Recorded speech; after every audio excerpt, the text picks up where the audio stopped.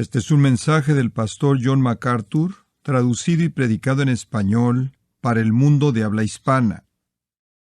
Esta noche llegamos al 12º capítulo de la profecía de Daniel.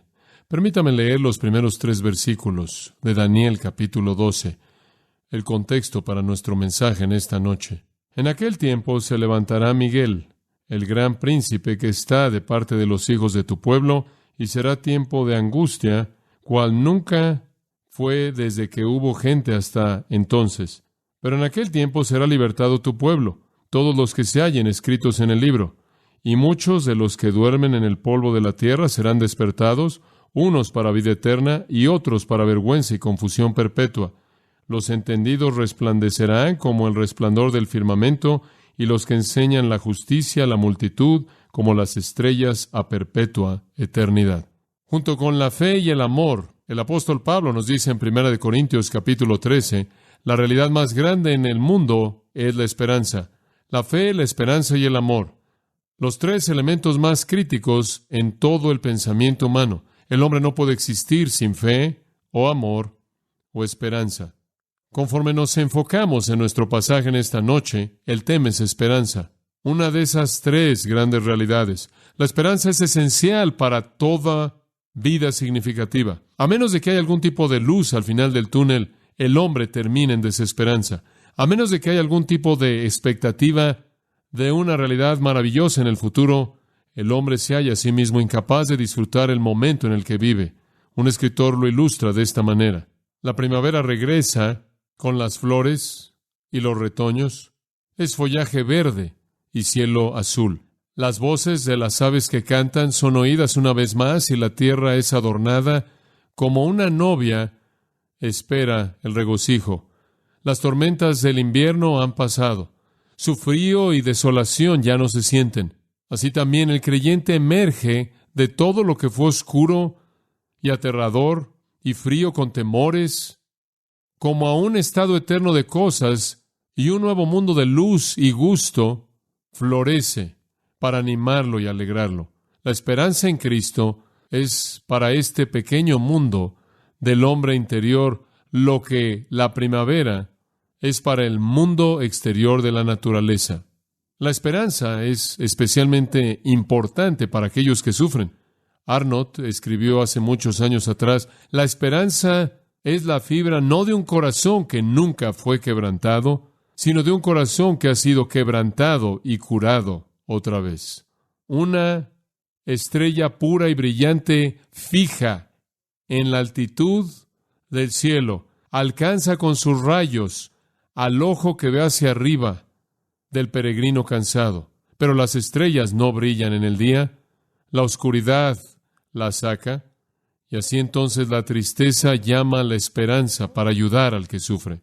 El hombre no puede vivir sin esperanza, especialmente los hombres que sufren. Deben tener esperanza o son miserables. Deben tener la capacidad de ver un futuro significativo o no tienen recurso para vivir en el momento. De hecho, la mayoría de la gente que analiza el problema del suicidio dice que la gente básicamente no se mata a sí misma debido a su circunstancia actual.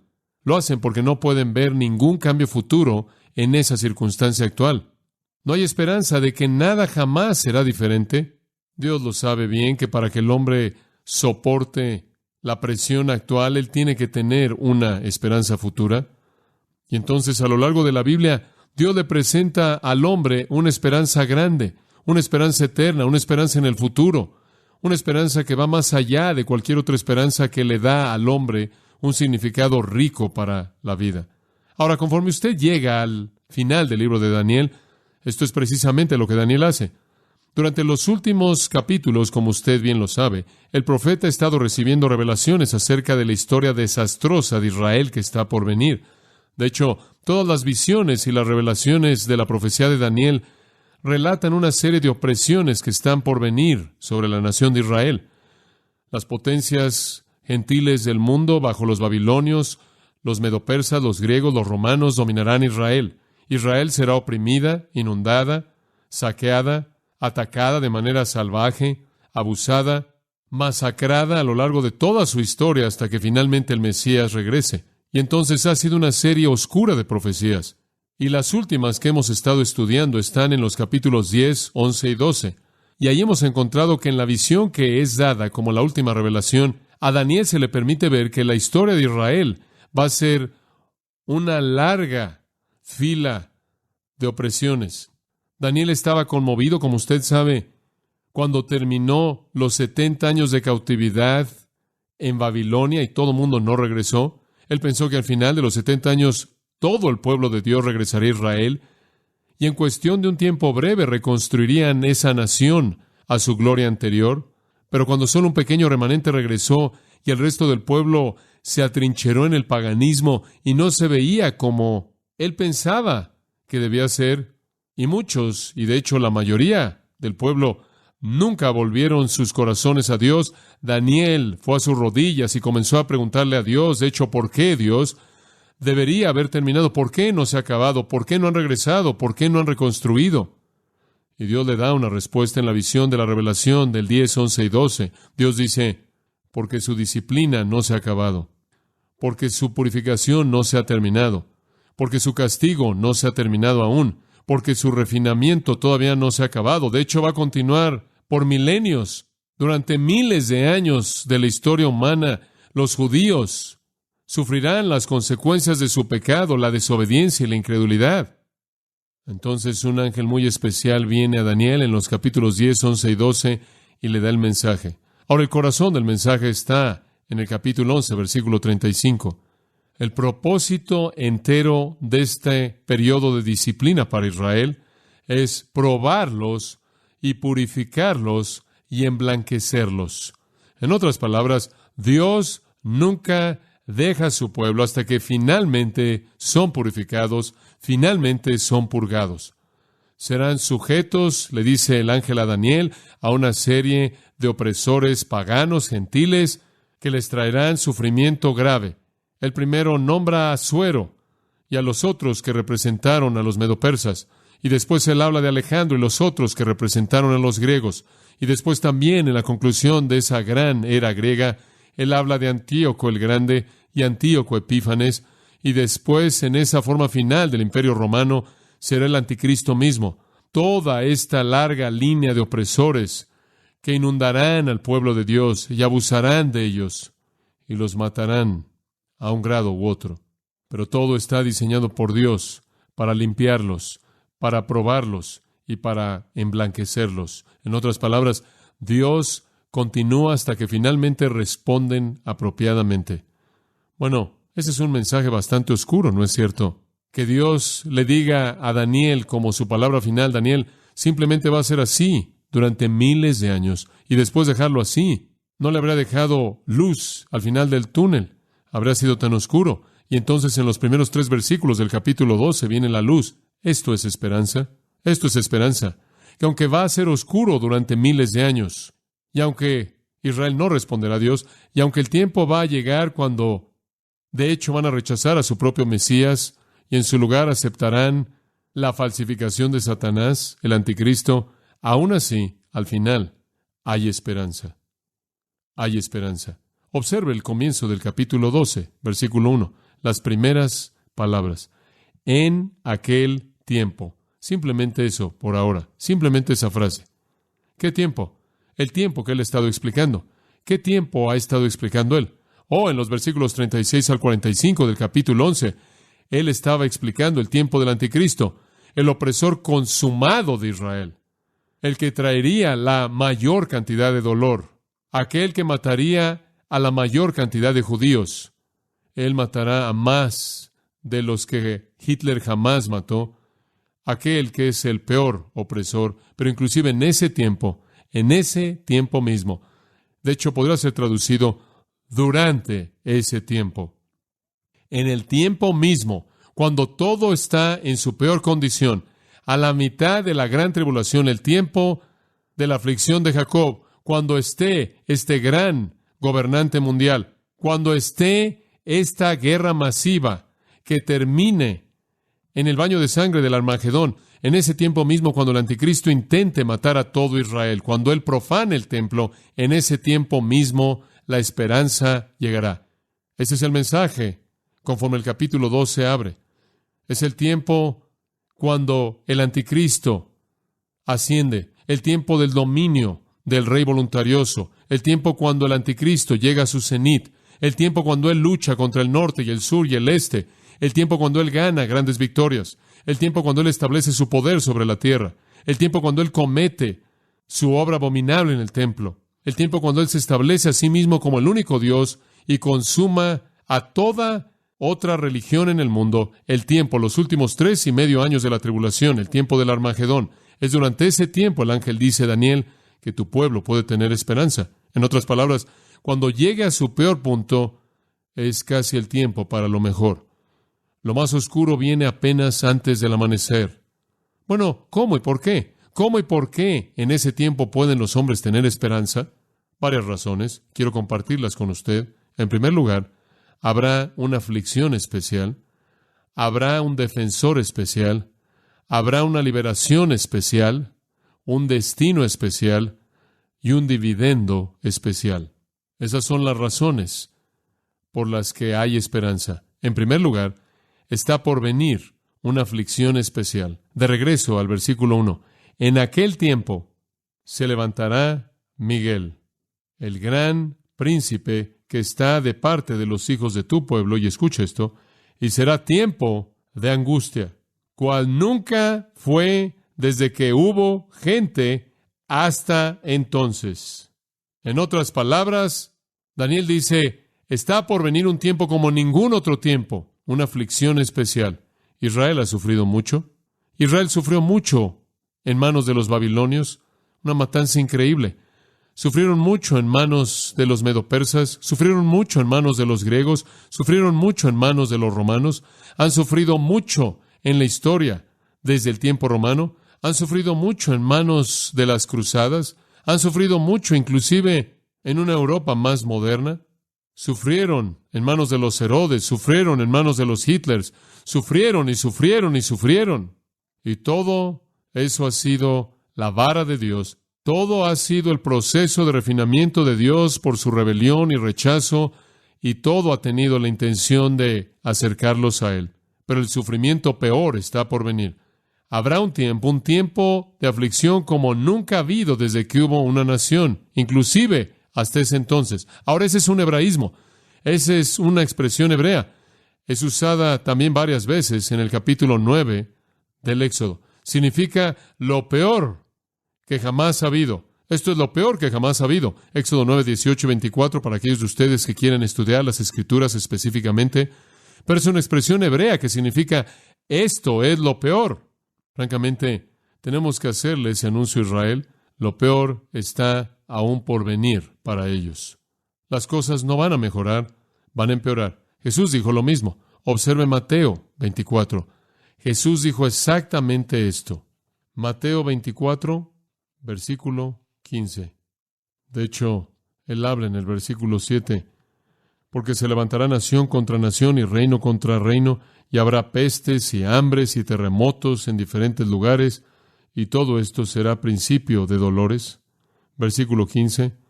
Por tanto, cuando veáis en el lugar santo la abominación desoladora de que habló el profeta Daniel, el que lee entienda, entonces los que estén en Judea huyan a los montes. Cuando vean al anticristo profanando el templo, cuando lo vean estableciéndose a sí mismo como el Dios del universo, cuando lo vean llamar a todos los hombres a adorarlo, cuando la abominación se lleve a cabo, más vale que corran. El que esté en la azotea, no descienda para tomar algo de su casa. Ni siquiera vayas adentro para recoger nada, simplemente corre. Y el que esté en el campo, no vuelva atrás para tomar su capa. Mas ay de las que estén encintas y de las que críen en aquellos días, porque va a ser difícil correr cuando usted tiene a niños pequeños y a niños a quienes se les da el pecho. Orad, pues, que vuestra huida no sea en invierno ni en días de reposo. En otras palabras, van a esparcirse tan rápido, porque habrá entonces gran tribulación. Aquí viene. Cual no la ha habido desde el principio del mundo hasta ahora, ni la habrá. Y si aquellos días no fuesen acortados, nadie sería salvo. Usted entiende el panorama, ¿no es cierto? Jesús dijo lo mismo que Daniel dijo, un tiempo sin precedentes de problemas para el pueblo de Dios, Israel. Desde Deuteronomio capítulo 4, el Pentateuco de Moisés, el primer conjunto de libros jamás escrito. Se predijo que en los postreros días los hijos de Israel estarían en tribulación, Deuteronomio 4:30. Jeremías se refirió a esto como el tiempo de aflicción de Jacob. En su lamento él dijo, ¡ay! Porque el día es grande, de tal manera que no hay otro como él. Es el tiempo de aflicción para Jacob. Ningún día jamás fue como ese día será. El libro de Apocalipsis describe ese tiempo final de la historia humana con términos que van más allá de nuestra imaginación para poderlos comprender. Pero permítame explicárselo rápidamente. De Apocalipsis capítulo 6 hasta Apocalipsis capítulo 19, usted tiene los detalles de ese periodo de tiempo, los últimos 3.5 años de la 70ª semana de Daniel, el gran tiempo de la tribulación, y el escritor Juan ve en la visión los siguientes elementos de ese tiempo: guerra, hambre, el 25% del mundo matado, el colapso de los cuerpos celestes, 1/3 de la tierra destruido, 1/3 del mar destruido, las criaturas y las naves del mar, 1/3 del agua dulce y muchas multitudes de personas que la beben, 1/3 de las luces del cielo, las estrellas, la liberación de los demonios del infierno para dominar la tierra, la matanza de la bestia y el falso profeta consuma su maldad, un ministerio vil que se lleva a cabo durante ese tiempo, úlceras por todos los hombres, todo mundo en el mar y todas las criaturas vivas en el mar son matadas, toda el agua dulce será contaminada, la luz del sol quemará a la gente hasta matarlos, la oscuridad cubrirá la tierra, dolor, úlceras, más demonios, y simplemente sigue así de Apocalipsis 6 al 19. Y además de eso es lo que viene sobre la tierra en general, pero además de eso, usted tiene a Dios permitiéndole al anticristo que oprima a Israel en un acto final de limpieza. Un tiempo increíble de sufrimiento. Además de toda la actividad en la que Dios está involucrado de manera directa en este tiempo increíble de la tribulación, está toda la actividad en la que Satanás está involucrado, en la que Dios permite que el mal finalmente llegue a su culminación. Ahora escuche, el curso entero del mundo y de toda su historia es bosquejado en las Escrituras para moverse hacia un holocausto que nadie en la historia jamás ha visto, y especialmente será difícil para los hijos de Israel. De hecho, en Zacarías 12, escuche lo que dicen los versículos 2 y 3. He aquí, haré de Jerusalén una copa de temblor para todo el pueblo que lo rodea, y en ese día haré que Jerusalén sea una piedra gravosa para todo el pueblo. Escuche lo que Jeremías dijo en un capítulo muy importante, el capítulo 30 de Jeremías, y en el versículo 4.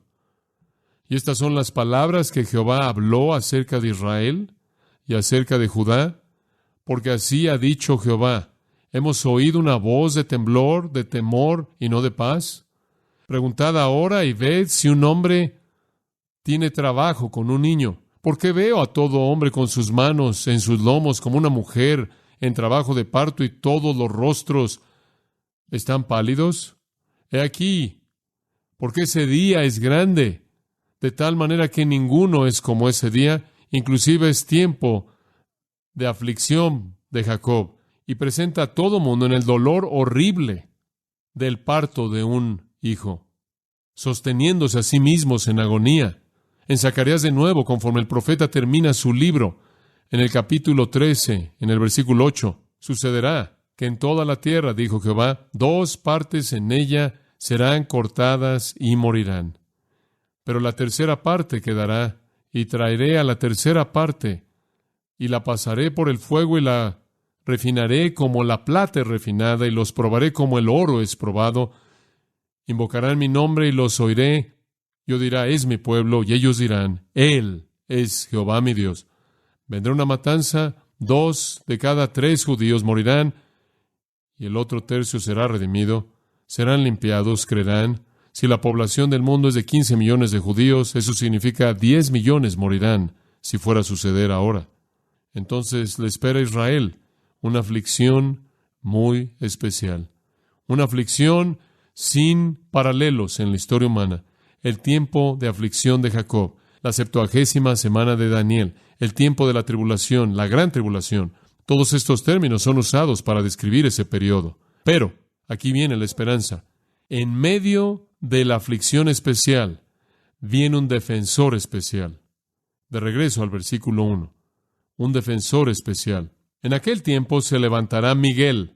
La nación no será destruida de manera total, porque Miguel se levantará. ¿Y quién es él? El gran príncipe que está o que protege de parte de los hijos de tu pueblo. Miguel, quizás el más poderoso de todos los ángeles, se le ha dado a lo largo de toda la historia de Israel la responsabilidad singular de defender al pueblo de Dios. Como la cabeza de los ángeles santos, a Miguel les ha dado esa responsabilidad como general sobre Israel. Es una tarea maravillosa. Él está involucrado en esto. Vemos eso en el Nuevo Testamento como también en el Antiguo. En Judas capítulo 9 lo encontramos inclusive peleando contra Satanás por el cuerpo de Moisés. Él se preocupa tanto por el pueblo que él ni siquiera permite la profanación de sus cuerpos muertos. Y entonces él cuida de Israel. Ya hemos visto, ¿no es cierto?, atrás en el capítulo 10, que cuando los demonios trataron de detener a este ángel de dar su revelación, versículo 13 dice, Miguel, uno de los principales príncipes, vino a ayudarme. Miguel le ayudó. Y ahí en el versículo 21 dice, en todo esto no hay nadie que trabaja conmigo en estas cosas, sino Miguel, y me encanta esto, vuestro príncipe. Dios le ha asignado a Miguel la tarea especial de cuidar de Israel. Y entonces, cuando ellos estén en el calor de esta aflicción especial, no nos sorprende ver a Miguel aparecer en el capítulo 12, versículo 1. Cuando la batalla esté en su mayor intensidad, cuando estén enfrentando la persecución más intensa y la opresión más intensa, Miguel viene al rescate. Ahora, ¿de qué manera se levanta Miguel?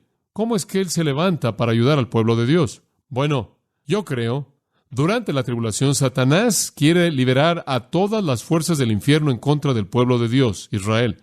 Él quiere exterminar a esa nación. No estoy hablando de la iglesia ahora, estoy hablando de Israel. Él quiere exterminar a Israel. Él siempre ha querido hacer eso. Él ha querido aplastar al pueblo de Dios para que nunca hubiera un Mesías. Él quiso terminar con la línea. Él quiere destruirlos para que nunca pueda haber alguno de ellos para un reino. Él quiere capturarlos a todos para que Cristo y Dios sean frustrados en su misión para ese pueblo. Y entonces yo creo que todos los demonios del infierno en el tiempo final van a ir tras esa nación Israel. Si usted quiere conocer un poco acerca de lo que sucede, abra su Biblia en Apocalipsis capítulo 12 y vea la batalla misma. Versículo 1, Apocalipsis 12. Usted tiene que comparar Daniel con Apocalipsis. Realmente están ligados. Apareció una gran señal en el cielo, una mujer vestida con el sol y la luna debajo de sus pies, y en su cabeza una corona de 12 estrellas. Yo creo que eso es Israel. 12 tribus en Apocalipsis. Ella estando con niño, clamando en el nacimiento y el dolor por dar a luz. Yo realmente creo que lo que usted tiene aquí es Israel. Y en el versículo 5 ella da a luz a un varón, quien va a gobernar a todas las naciones con vara de hierro, y su hijo fue llevado por Dios a su trono. Ahora ese es el Mesías. Él nació, él vivió, pero ascendió. Él fue sacado del mundo. Y después la mujer, versículo 6, comenzó a ser perseguida y huyó al desierto. Ahora de regreso al versículo 3. La razón por la que ella huye, apareció otra señal en el cielo. He aquí un gran dragón rojo, con 7 cabezas y 10 cuernos. Eso muestra cómo él incorpora todos los gobiernos imperiales, la forma final del Imperio Romano, todas las coronas en su cabeza. Con su cola se llevó a la tercera parte de las estrellas del cielo. ¿Sabe lo que eso significa? Eso significa que cuando Satanás cayó, 1/3 de los ángeles se fueron con él. Entonces su fuerza no es tan grande como la de Dios. A él le quedan 2/3 partes. No es cuestión de números tampoco, es cuestión de poder, y poder justo que siempre supera al poder malo. Pero él se llevó a 1/3 parte de las estrellas del cielo, y el dragón estuvo delante de la mujer que estaba lista para dar a luz, para devorar a su hijo tan pronto como él naciera. ¿Recuerda usted lo que Satanás trató de hacer para detener el nacimiento del Mesías? Todo lo que él pudo hacer. Y cuando el Mesías finalmente nació, Él hizo que Herodes tratara de matar al niño, ¿verdad? Devorar a ese niño. Pero ella dio a luz y el niño fue llevado por Dios. Y a lo largo de todo esto, yo creo, Satanás trató de matarlo, pero siempre quedó frustrado, sin éxito. Y finalmente Cristo se fue a su trono y Satanás ha continuado atacando en contra de Cristo, obviamente. Y finalmente Cristo fue a su trono y Satanás ha continuado su ataque en contra de Cristo, obviamente. Pero en el tiempo de la tribulación, el futuro del que habla Apocalipsis, la mujer queda a Israel. Y yo creo que Satanás y la bestia y los demonios del infierno vuelven a venir detrás de Israel. Y ella huye al desierto y ella tiene un lugar preparado por Dios para que puedan alimentarla ahí 3.5 años. Ahora, Dios protege a la nación durante este periodo. Eso es lo terrenal. Pero ¿cómo es que Él hace eso? Versículo 7. Hubo guerra en el cielo. Miguel y sus ángeles pelearon contra el dragón, y el dragón peleó y sus ángeles. Aquí tienen ustedes un vistazo de una escena increíble. Los demonios quieren estar a cargo de la tierra y dominar Israel, pero Miguel y los ángeles santos comienzan una guerra en contra de ellos en el cielo. Y el dragón y sus ángeles, dice, pelearon, y versículo 8, no prevalecieron, ni se halló más lugar para ellos en el cielo. El gran dragón fue expulsado, esa serpiente antigua, el diablo y Satanás, que engañó al mundo entero, fue expulsado a la tierra, y sus ángeles fueron expulsados con él. Yo creo que hay un sentido en el que pierden algo de su poder sobrenatural en este punto. Oí una voz fuerte diciendo en el cielo, ahora ha llegado la salvación, y la fuerza, y el reino de nuestro Dios, y el poder de su Cristo, porque el acusador de nuestros hermanos es derribado, quien los acusaba delante de nuestro Dios día y noche. Y lo vencieron por la sangre del Cordero y por la palabra de su testimonio, y no amaron sus vidas hasta la muerte. Por tanto, regocijaos, oh cielos, y vosotros los que moráis en ellos. Ay de los que habitan la tierra y el mar, porque el diablo ha venido sobre vosotros, teniendo gran ira, porque él sabe que tiene poco tiempo. Lo que sucede es que su plan es estorbado en relación con Israel, y en el corto tiempo que le queda, aparentemente él simplemente inunda la tierra con maldad. Él trata de perseguir a la mujer, versículo 13, pero él no tiene éxito. La batalla ya se acabó, la batalla ha sido ganada, y el dragón vio que él había sido arrojado a la tierra. Él persigue a la mujer, quien dio a luz a un niño varón, ese es Israel, y a la mujer se le dieron 2 alas de una gran águila para que pudiera volar al desierto a su lugar, y ella es nutrida ahí por un tiempo, tiempos y medio tiempo. Eso es 1, 2 y medio, eso es 3 y medio, de nuevo la misma idea. Ella es protegida durante 3 y medio años. La serpiente, ella arroja agua de su boca como una inundación tras la mujer para hacer que sea arrastrada. Pero la tierra ayudó a la mujer. La tierra abrió su boca y tragó la inundación que el dragón había sacado de su boca. Podrá ser otra cosa como Coré, Datán y Abiú en el Antiguo Testamento. La bestia y todo su ejército salen ahí y la tierra simplemente se abre y los traga. El dragón estaba enojado con la mujer y salió a hacer guerra con el remanente de su simiente, los que guardan los mandamientos de Dios y tienen el testimonio de Jesucristo. Ahora, la clave para ganar esta batalla parece ser Miguel. Miguel. Ahora, con eso en mente, regrese a Daniel y vamos a edificar sobre eso un poco. En el tiempo final, y no tengo tiempo para entrar a todo en Apocalipsis 12, si quiere los detalles, tenemos una cinta acerca de eso y puede conseguirla y escucharla, pero lo que sucede es que Miguel se levanta para defender al pueblo de Dios. Él tiene una guerra en el cielo y él gana la victoria. Satanás ya no es el príncipe de la potestad del aire, él ya no está en los lugares celestiales, él es arrojado a la tierra, la batalla primordial se acabó, y mientras que a él le queda poco tiempo aquí, él ataca a la tierra, él hace lo que puede por destruir al pueblo de Israel, pero son protegidos durante tiempo, tiempos y medio tiempo, durante 1200 días, ambos indicando 3 y medio años. Son protegidos durante ese tiempo, y cuando su ejército sale para tratar de destruirlos, se abre la tierra y son tragados todos. Ahora, Miguel parece estar a cargo de toda esta operación, un defensor especial. Miguel va a levantarse. Ahora, es importante que en el capítulo 10, el ángel tan especial le permitió entender el poder de Miguel para enfrentar a Satanás y el ministerio de Miguel a lo largo de todos los siglos. Ahora, ¿no es algo importante que él pudiera entender eso para que él pudiera tener la confianza en saber y la esperanza en saber que Miguel estaría ahí en el tiempo de los peores problemas? Una aflicción especial y un defensor especial. En tercer lugar, una liberación especial. Una liberación especial. De regreso al versículo 1. Esto es maravilloso. Dice, al final del versículo, en aquel tiempo, ahí está de nuevo esa palabra, esa frase, será liberado tu pueblo. Israel será liberado. Ahora, ya hice referencia a eso, ¿no es cierto? Al decirle que Dios los protegerá en el desierto durante 3.5 años. Israel será liberada. Todo Israel, dice Romanos 11, todo Israel será ¿qué? Salvo. Jeremías 30 dice eso. Después dice que vendrá un tiempo de problemas como jamás lo ha habido en la historia del mundo. Después dice que vendrá un tiempo de problema, de aflicción como nunca lo ha habido en la historia del mundo. Dice, pero serán salvados de él. Jeremías 30, versículo 7. Versículo 11 dice, porque yo estoy contigo, dijo Jehová, para salvarte. Versículo 17, te restauraré salud, te curaré de tus heridas. Está por venir un tiempo cuando Israel va a ser liberada. Y va a ser en ese mismo tiempo, es algo maravilloso. Cuando la persecución esté en su peor punto, ese es el punto en el que su redención se va a llevar a cabo.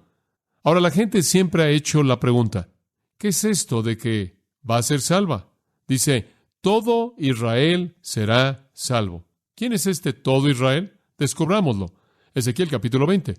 Sígame porque voy a moverme rápidamente para que podamos cubrir esto. Ezequiel 20, versículo 33.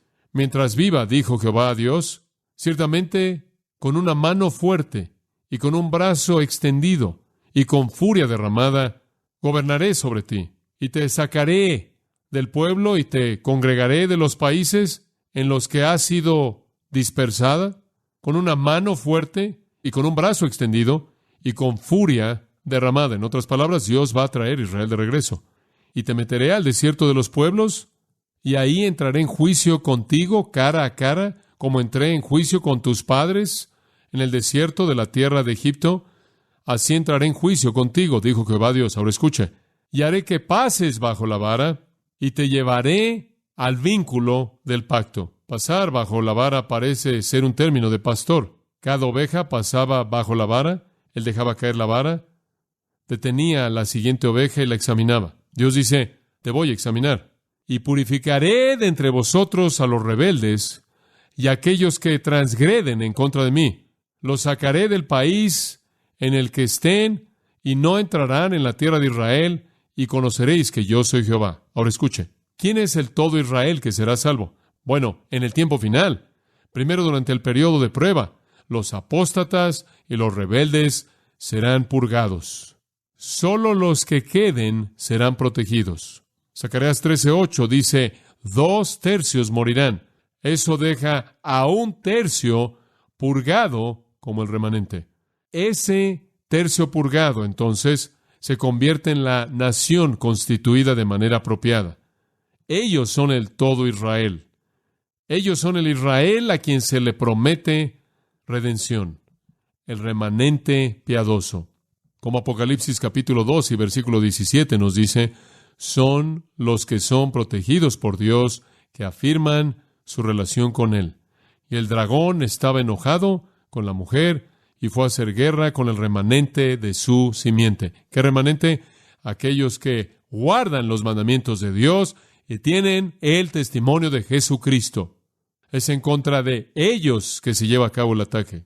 Entonces, realmente creo que cuando dice que tu pueblo será liberado, no está haciendo una afirmación global de que todo judío vivo sobre la tierra va a ser salvo en ese tiempo. Lo que está diciendo es que Dios va a purgar, Él va a colocarlos bajo la vara, Él los va a probar, 2/3 de ellos morirán, 1/3 será protegido, porque ellos son los que obedecen los mandamientos de Dios y guardan el testimonio de Jesucristo.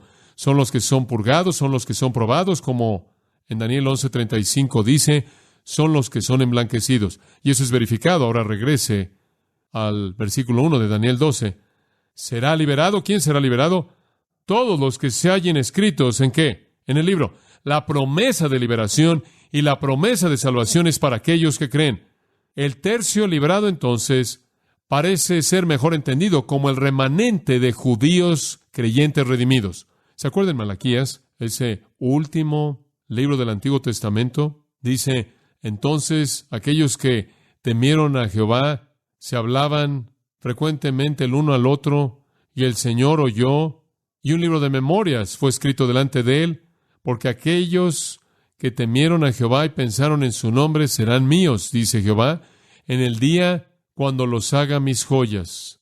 Y los liberaré como un hombre libera, y los perdonaré como un hombre perdona a su hijo que le sirve, porque aquí viene el día, y arderá como un horno, y todos los orgullosos, impíos, serán hojarasca. El día viene cuando los quemará, pero a vosotros que teméis mi nombre, el Hijo de la Justicia se levantará con sanidad en sus rayos. En otras palabras, inclusive en el tiempo final, habrá una distinción entre aquellos judíos que creen y aquellos que no creen, aquellos que serán condenados y aquellos cuyos nombres son escritos en su libro de memoria. Sí, habrá una liberación especial, habrá una purga de los rebeldes, 2 de cada 3 judíos morirán, pero ese tercio quedará. Ese tercio, que es el remanente que quedará redimido, constituirá a la nación que quede de Israel, y yo creo que son el todo Israel que es redimido. Ahora, algunas personas hacen la pregunta, ¿cómo es que este remanente llega a creer? ¿Cómo es que llegan a la fe? Y no podemos ser muy específicos y presentar todas estas cosas de manera secuencial cronológica, o realmente torcemos el tono general de las Escrituras. Pero creo que una de las cosas clave que debemos recordar es que Dios aparta, según Apocalipsis capítulo 11, a 2 testigos. ¿Se acuerda usted de ellos? 2 ramas de olivo, 2 testigos que pueden hacer milagros. De hecho, son matados y van a estar ahí en la calle y van a ser asesinados debido a su testimonio y debido a que están predicando el Evangelio, y van a estar ahí muertos en las calles, y claro, y todo el mundo va a ver, y el mundo va a notar, y todos los comentaristas van a estar diciendo, ahí están, no nos da gusto que están muertos estos 2 que están predicando esta necedad. Y después, como usted recuerda, después de un periodo dado de tiempo, resucitan de los muertos. Ese va a ser un instante interesante de repetición instantánea. Resucitan de los muertos.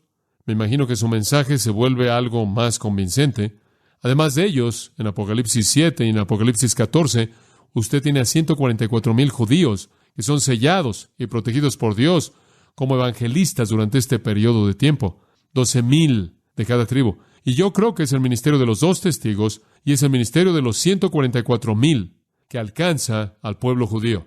Pero eso no es todo. Después al pueblo judío, a los que ellos alcanzan, comienzan a alcanzar a otros.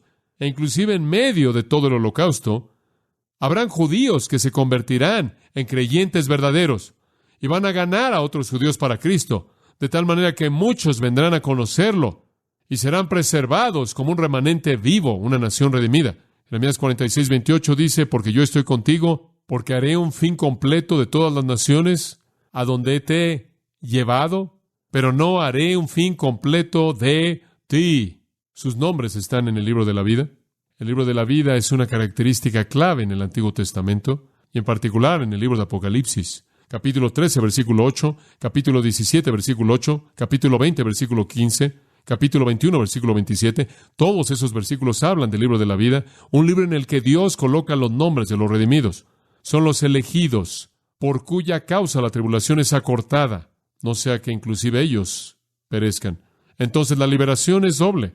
Es una liberación de salvación personal, pero sucede a una escala lo suficientemente amplia, y Dios protege a aquellos que son redimidos de tal manera que se convierte en una liberación nacional, como un remanente apropiadamente constituido de judíos creyentes, y se convierten en el todo Israel que es salvo.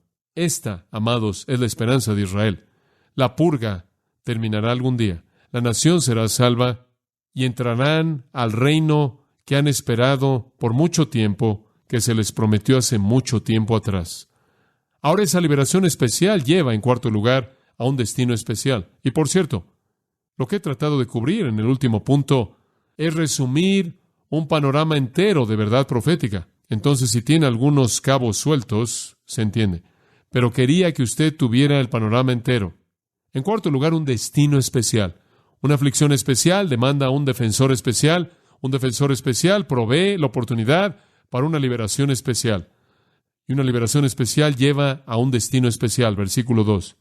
Y muchos de los que duermen en el polvo de la tierra serán despertados, unos para vida eterna y otros para vergüenza y confusión perpetua. El ángel le dice a Daniel, Daniel, el clímax de la tribulación es la resurrección.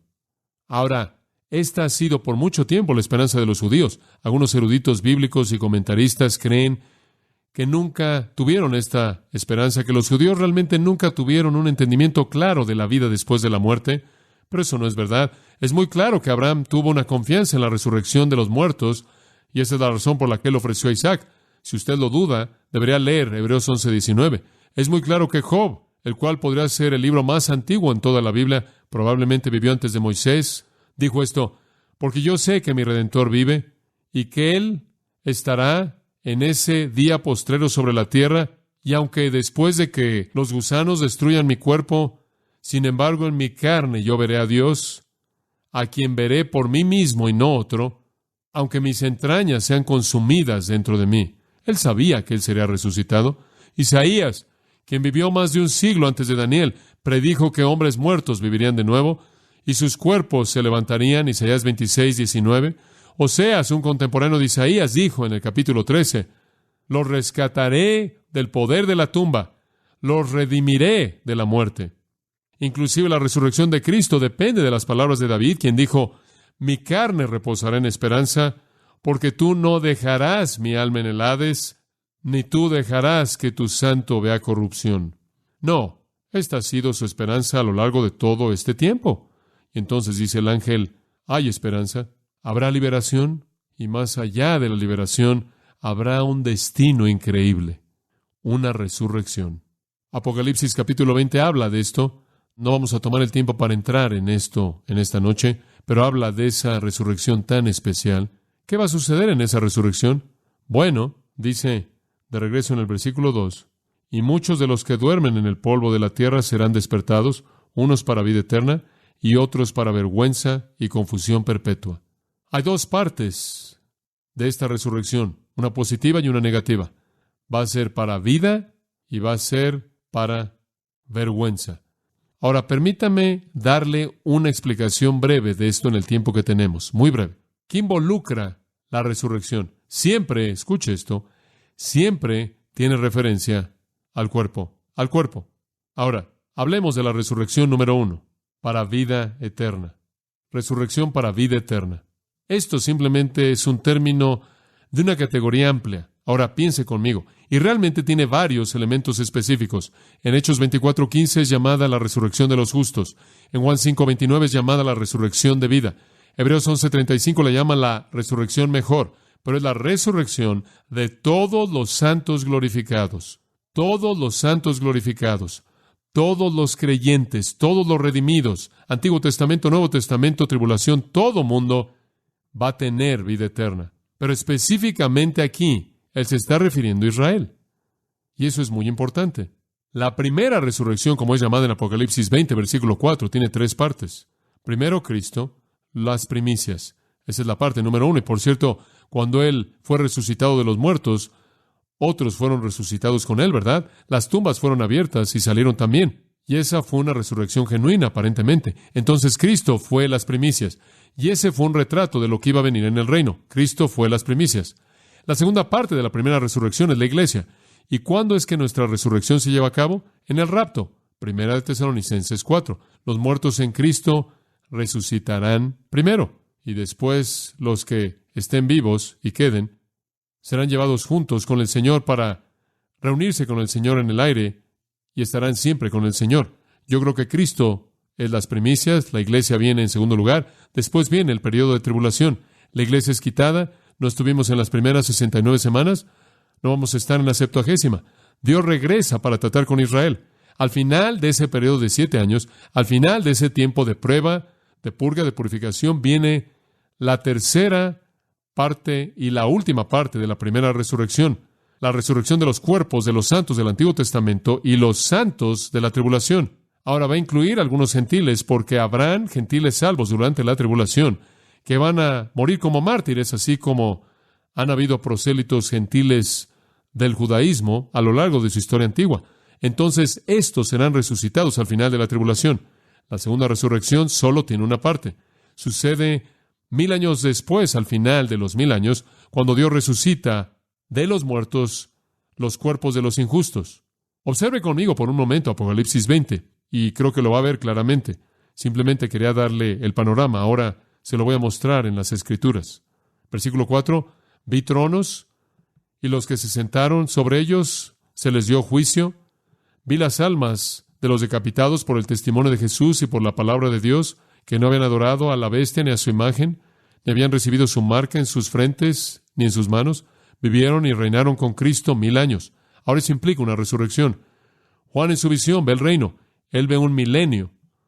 Él ve un reino de 1000 años. Y ahí, viviendo y reinando con Cristo, están todos los santos. Aquellos que fueron decapitados por el testimonio de Jesús, por la palabra de Dios, aquellos que no quisieron adorar a la bestia, aquellos que no recibieron su marca, están vivos. Pero el resto de los muertos, versículo 5, no vivieron, sino hasta que los 1000 años se acabaron. Esta es la primera resurrección. Esta es previa a los 1000 años. Y bienaventurados y santos son los que tienen parte en la primera resurrección. Son los bienaventurados y los santos. Después, versículo 7, cuando los 1000 años terminaron, ese es el marco de tiempo. Ahora, versículo 11, vi un gran trono blanco y aquel que estaba sentado sobre él. Después, versículo 12, y vi a los muertos, grandes y pequeños, delante de Dios, y fueron abiertos los libros, y otro libro fue abierto, el cual es el libro de la vida, y los muertos fueron juzgados por las cosas escritas en los libros según sus obras. Y el mar entregó a los muertos que estaban en él, y la muerte y el Hades entregaron a los muertos que estaban en ellos, y fueron juzgados cada hombre según sus obras, y la muerte y el Hades fueron arrojados al lago de fuego. Esta es la muerte segunda, y todo aquel que no fue hallado en el libro de la vida fue arrojado al lago de fuego. Esa, amigos míos, es la resurrección a vergüenza y confusión perpetua. Ahora, Daniel no ve 1000 años entre estas dos resurrecciones, pero eso es simplemente porque el concepto entero fue un misterio para él. El flujo entero de la historia redentora tuvo algunos huecos grandes para los profetas del Antiguo Testamento. Esa es la razón por la que Pedro dice que vieron lo que escribieron para ver lo que realmente significó, porque no tuvieron el rango completo de revelación. Daniel dice hay una resurrección para vida y una resurrección para vergüenza y confusión, y en Apocalipsis vemos que están a 1000 años de distancia. Y esa primera resurrección es para los santos y los benditos, comienza con Cristo, y después la iglesia, y 7 años después, los santos del Antiguo Testamento. No son resucitados hasta el fin de su era, ¿lo ve? La iglesia, nacida en Pentecostés, consumada en el rapto, la resurrección sucede, esa es una entidad en sí misma. Después Dios tiene 7 años más para tratar con su pueblo Israel, después viene su resurrección. Ahora, ¿qué esperanza tan gloriosa es esta? ¿No entendieron todo lo que le he dicho? ¿No entendieron el panorama completo? Jesús trató de ayudarlos un poco. Al principio de su ministerio, él dijo, no os maravilléis ante esto, Juan 5:28, porque la hora viene en la que todos los que están en la tumba oirán su voz y saldrán. Los que han hecho bien para resurrección de vida, los que han hecho mal para resurrección de condenación. Jesús dijo, todo mundo va a salir de la tumba. Todos los cuerpos serán resucitados, algunos para vida y algunos para muerte. Esa es la alternativa, vida o muerte. Y eso es exactamente lo que el ángel dice que es la esperanza de Israel.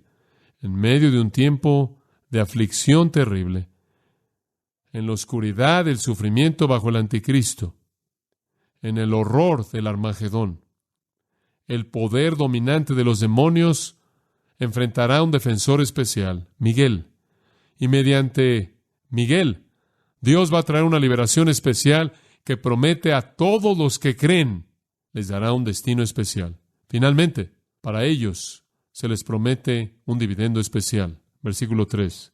Los entendidos resplandecerán como el resplandor del firmamento, y los que enseñan la justicia a la multitud, como las estrellas a perpetua eternidad. Oh, esto es tan rico. Es un versículo maravilloso, maravilloso. No menciona nada acerca del castigo de los impíos. Simplemente saca el tema casi como si fueran 1000 años después. El mensaje aquí es esperanza.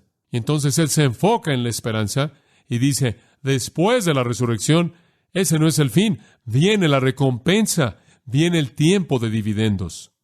No solo recibirán vida eterna, sino que en esa vida, los que son los entendidos. ¿Y quiénes son los entendidos? Los entendidos son los que creen, los entendidos son los que son purgados, los entendidos son los fieles, los redimidos. ¿Y qué van a recibir sino el brillo del firmamento? Van a brillar como estrellas.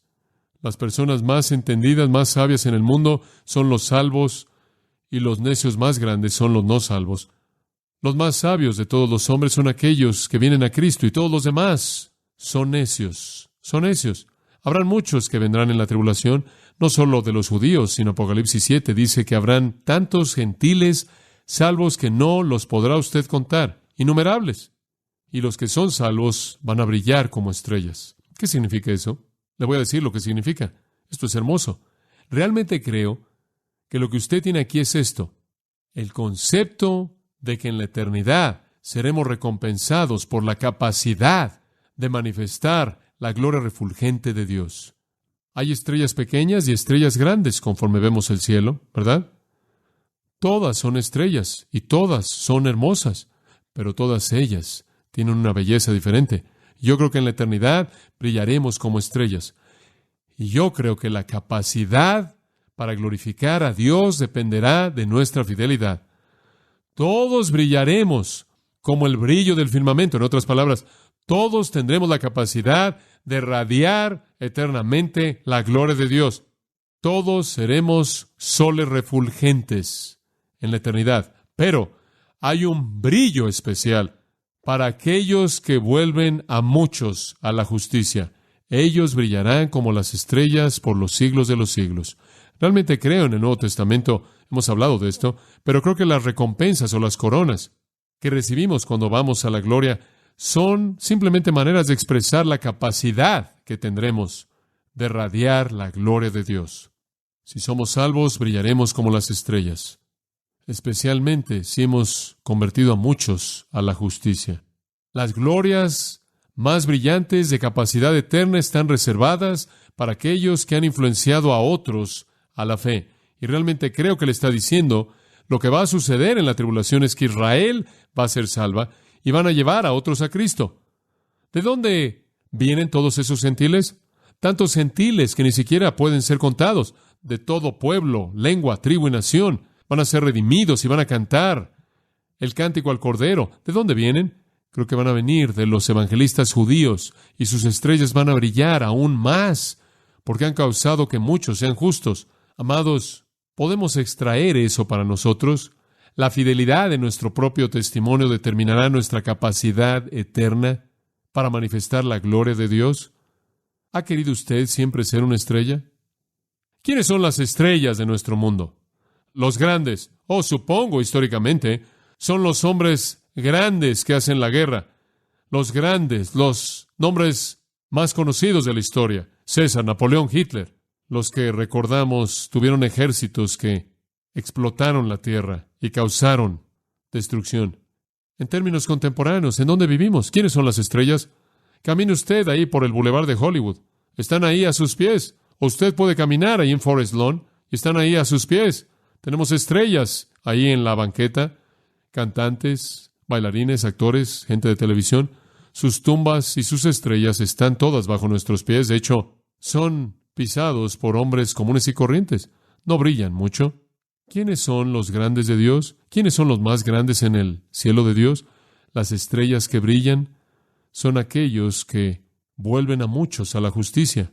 ¿Le gustaría usted conocer a uno? Su nombre fue Juan, porque él será grande a los ojos del Señor, y no beberá ni vino ni bebida fuerte, y será lleno del Espíritu Santo desde el vientre de su madre. ¿Por qué es que él sería tan grande? Porque él volverá a muchos de los hijos de Israel al Señor su Dios.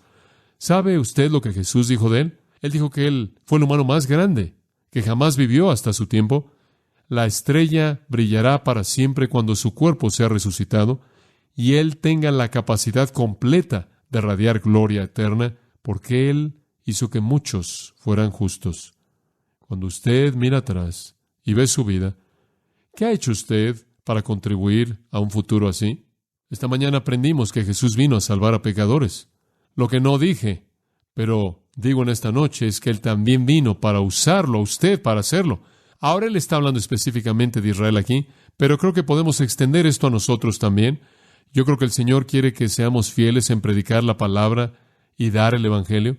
En Filipenses 2:15 Él dice, debemos ser irreprensibles, hijos de Dios, sin reprensión en medio de una generación perversa, en medio de los cuales vosotros brilláis como lumbreras en el mundo, asidos de la palabra de vida. Creo que Dios quiere hacer lo mismo. Bueno, a Daniel se le dio esperanza aquí. Está por venir una aflicción especial, pero en medio de ella un defensor especial se va a levantar, y ese defensor especial va a permitir que Dios traiga una liberación especial, y a partir de esa liberación va a venir un destino especial, una vida gloriosa resucitada, y en medio de esa vida gloriosa habrá un dividendo especial, la capacidad de irradiar la gloria de Dios para siempre.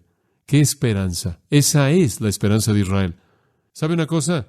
Esa también es nuestra esperanza, porque nosotros somos bendecidos en las tiendas de Sem, nos volvemos la simiente de Abraham por la fe, nosotros también reinaremos en el reino y tendremos el mismo privilegio de darle gloria. Inclinémonos en oración. Padre, te damos gracias en esta noche por nuestro tiempo y pedimos que de alguna manera tú hagas que entendamos todos estos pensamientos, temas de toda la Escritura, y los afirmes en nuestros corazones para que podamos entender.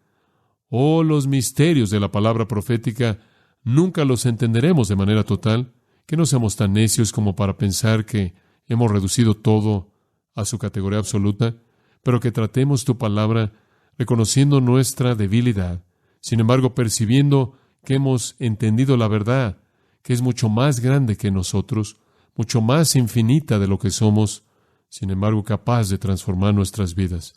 Oramos por la paz de Jerusalén, sabiendo que en últimas vendrá una devastación en la que nunca han soñado, pero a partir de ahí tú purgarás a tu pueblo y traerás tu reino. Y con Juan decimos, ven, Señor Jesús, hazlo. Te damos gracias por ese acontecimiento especial que esperamos, el rapto de la iglesia que nos llevará a tu lado.